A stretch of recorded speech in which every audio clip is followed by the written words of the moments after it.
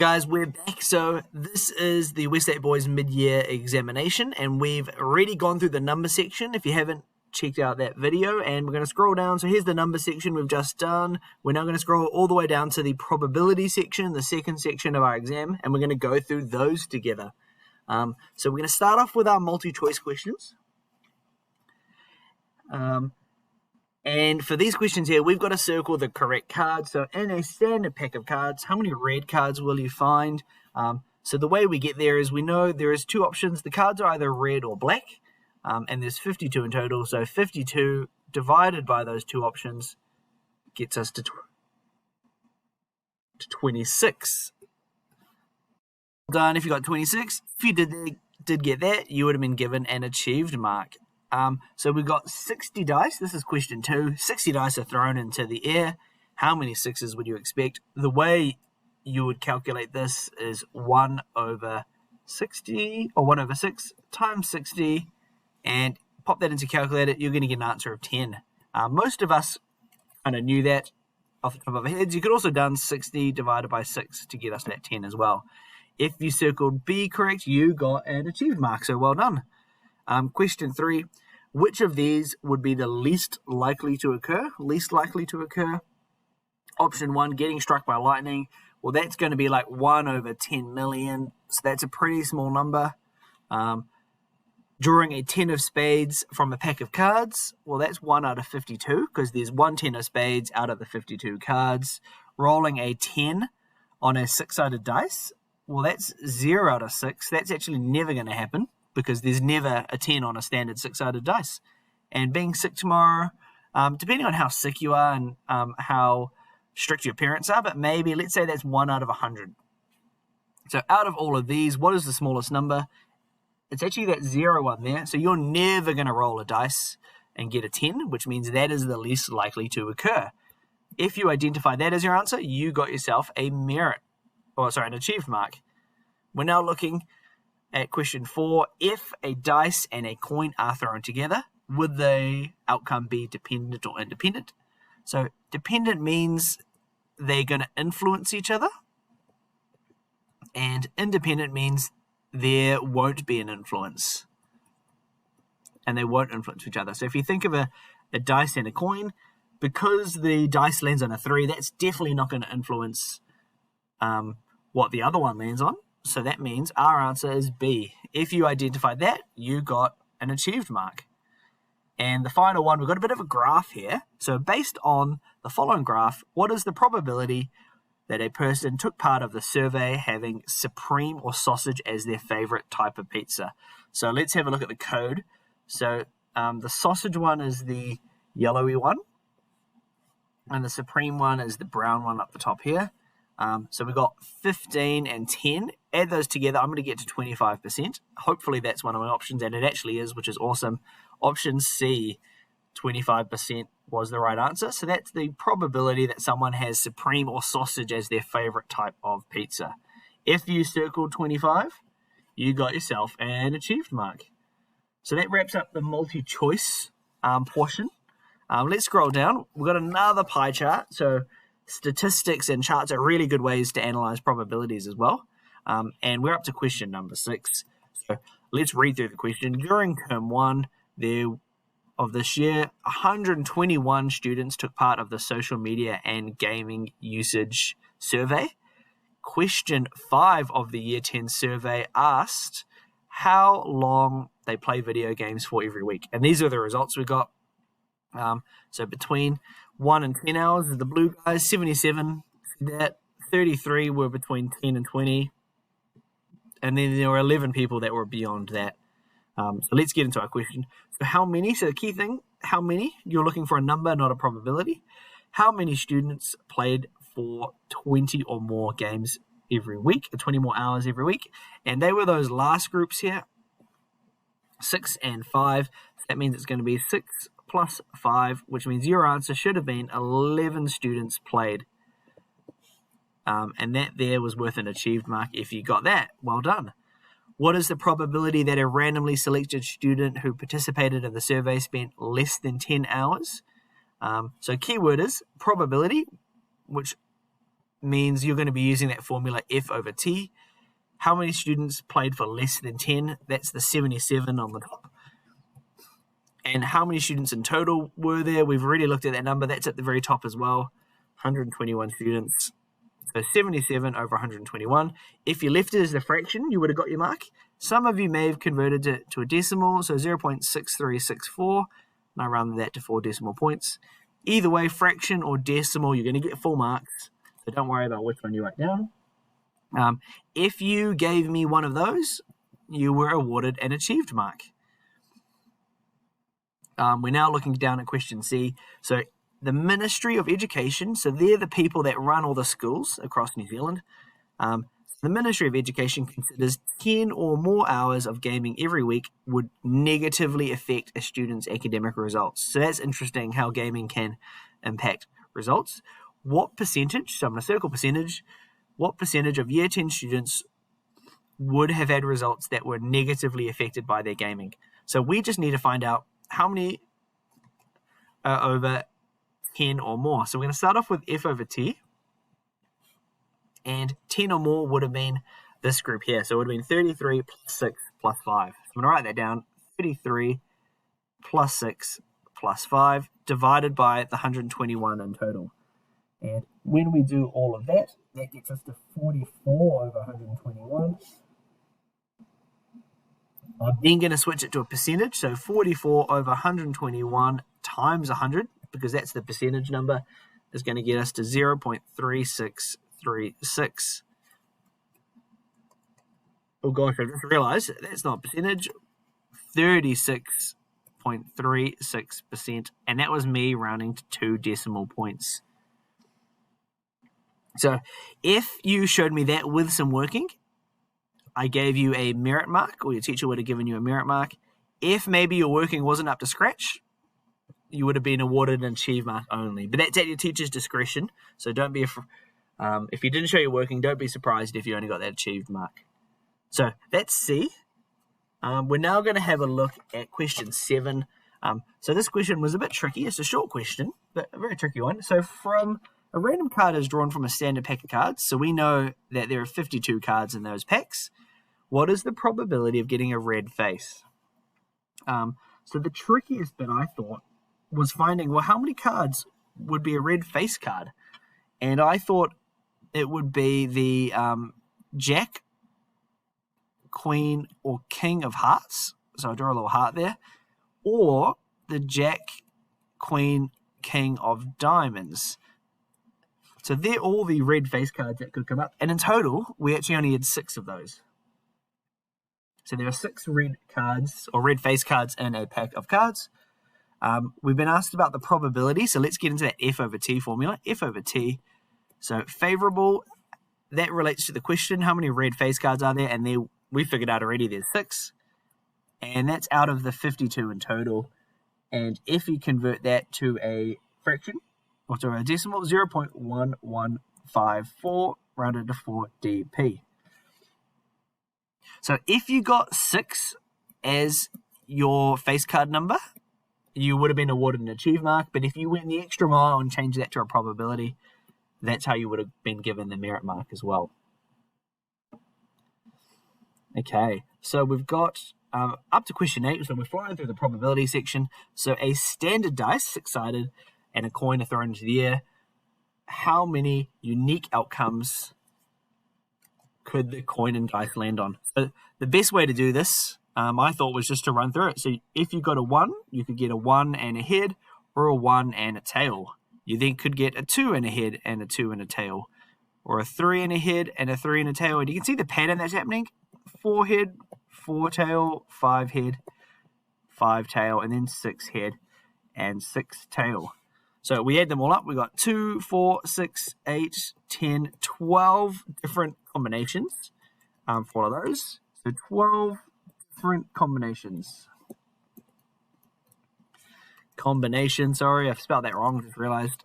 Combinations to do that. If you wanted to know a trickier or a shortcut way to do that, you could have also done 6 times 2. The 6 being representing the outcomes on the dice, and the 2 representing the outcomes on the coin. So that's a bit of a shortcut way for future questions that look like this. If you got me that number 12 with a bit of working, you probably got a merit.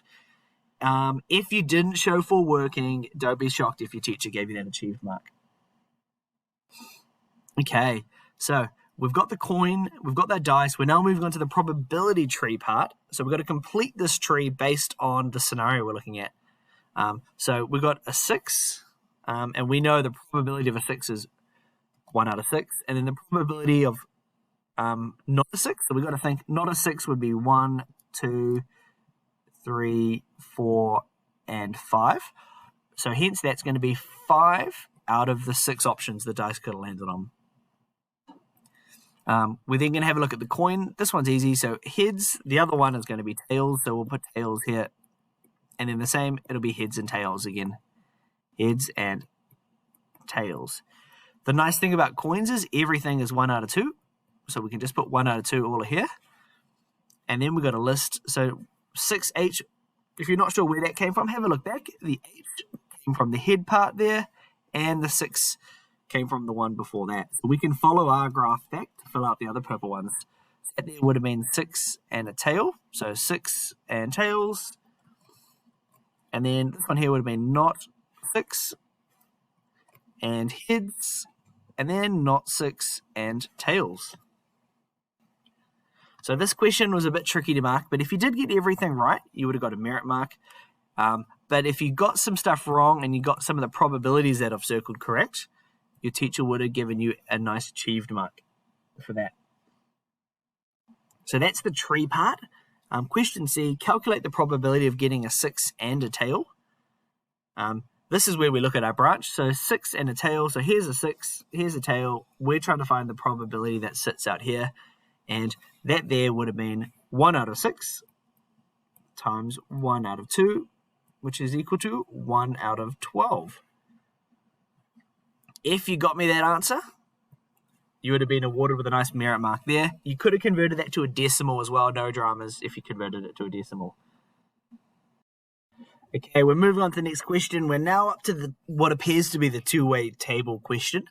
So the survey mentioned in question 6 also asked students if they had a curfew, which is kind of like a bedtime, or if their parents required them to do chores, stuff like washing up, maybe cleaning the car, doing the vacuuming, all that sort of stuff. So the first step, complete the table below, and this here is a bit of an art form, but we do need to figure out that. So this total represents these two numbers added together, so that there is going to get us to 47. We can then do 112 minus 47 to get this number here, which I just realized I did a math error before. It's definitely 67, which means that's 121 minus 67, which gets us to 54. We can then do the same here. We can do the subtraction trick to find out this number here. So we've got 121 minus 41. That there gets us to 80. And we can do some more subtraction. 80 minus 46 gets us to 34. So that's going to be 34. And the last one, 41 minus 21, that's going to get us to 20 for that part there. So if you got all of those numbers correct, all those big numbers correct, you were going to give it a merit mark. If you maybe did a couple of mistakes, but you got 1 or 2 right, you're going to be given an achieved mark for that one there. So the next question, calculate the keyword probability. Calculate the probability that a randomly selected student has a curfew. So probability means I'm dealing with F over T. My total, that 121 down the bottom. So let's write that, 121. And of the 121 students, how many of them had a curfew? So here are the curfew people, and the number down the bottom, those 41 people, they're the curfew ones. So 141 over 121. If you left it as a fraction, you would have got full marks, but I'm going to change it to a decimal, 0.3388 for decimal points. Well done. If you got that, you were awarded an achieved mark. So the next one, how many students have a curfew or chores? And this here was a bit tricky. So we've got to look at the central 4 numbers.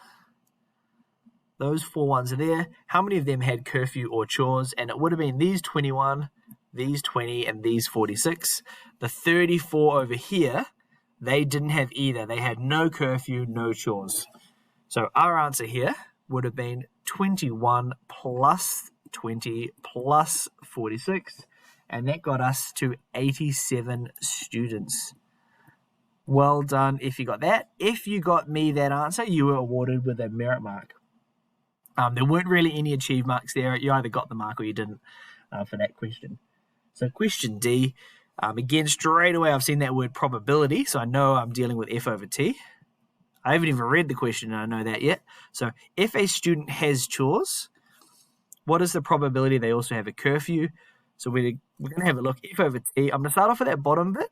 How many students have chores? I'm just noting we only care about the students doing chores. We don't care about the other people. So we need to find the total of people with chores.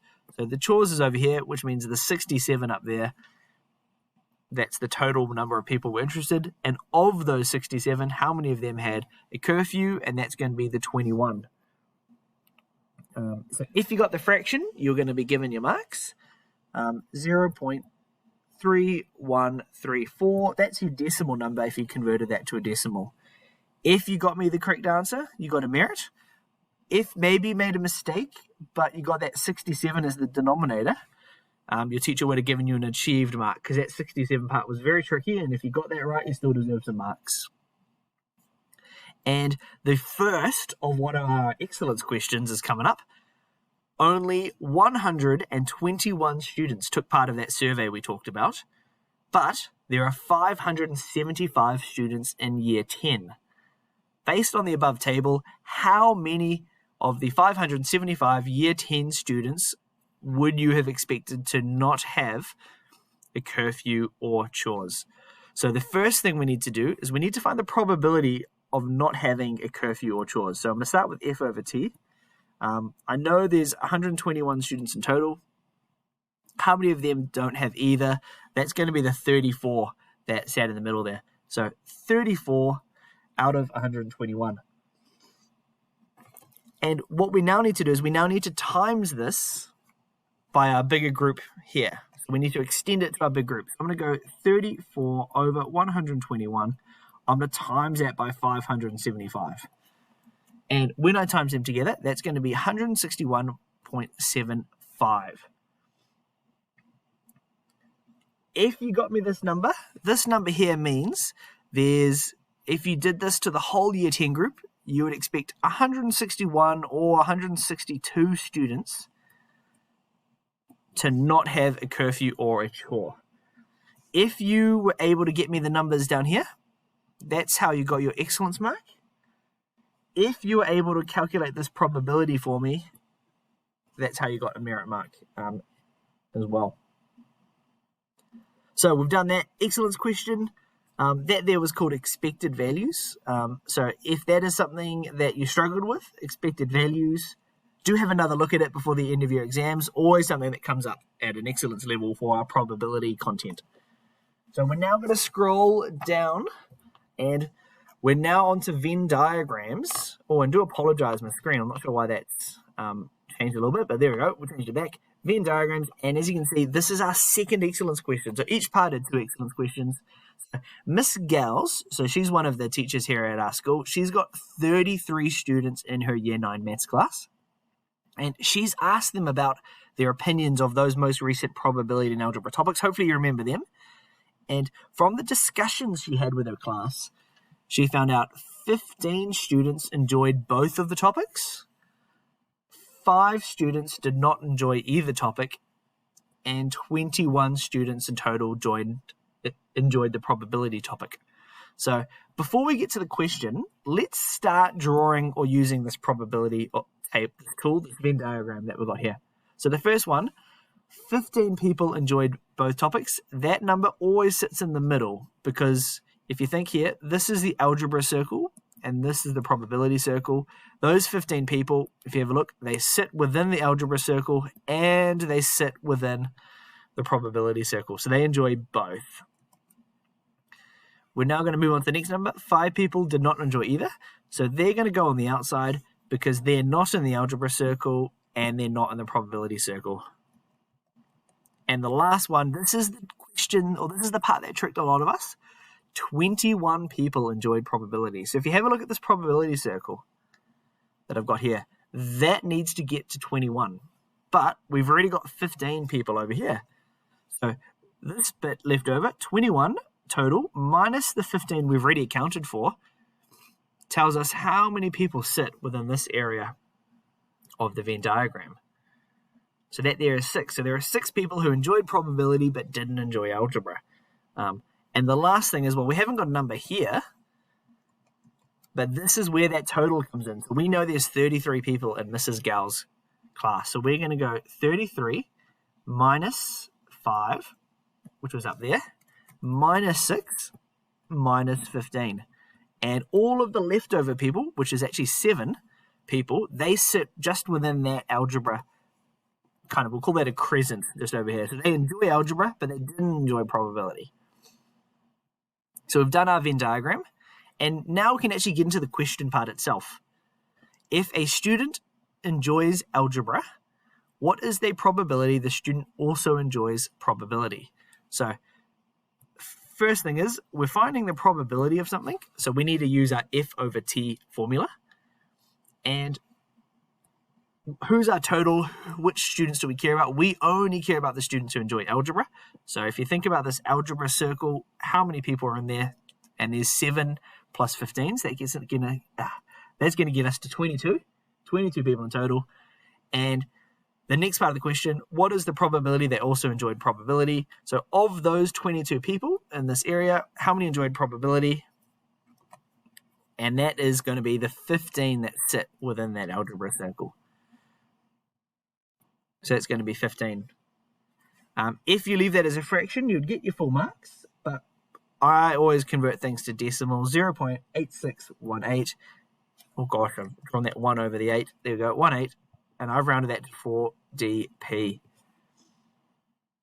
So awesome. So if you were able to get me that number, you got an excellence mark. If you were able to complete the Venn diagram, you were given merit. Maybe you made a mistake in the Venn diagram, but if you got 2 numbers correct, your teacher would have given you an achieved mark for that one there. So as you can see, part 3 is coming up. That's algebra. That's the next video, but that wraps up our probability section. Just switching over to the marking rubric. So if you're wondering, to pass, you needed to get 4 achieved marks correct. If you wanted to convert your achieved to a merit, you needed to get an extra 4 merit marks for that. And if you wanted to go the extra mile to get all the way to excellence, you needed to get one of those 2 really tricky excellence questions to support that as well.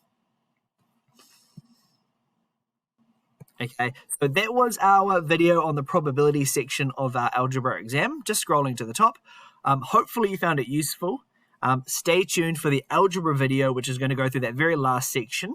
Hopefully you found it useful. Don't forget, copy anything you need down. Make sure you update your exam for all of the correct answers. Thanks so much for watching, guys, and we'll see you later on.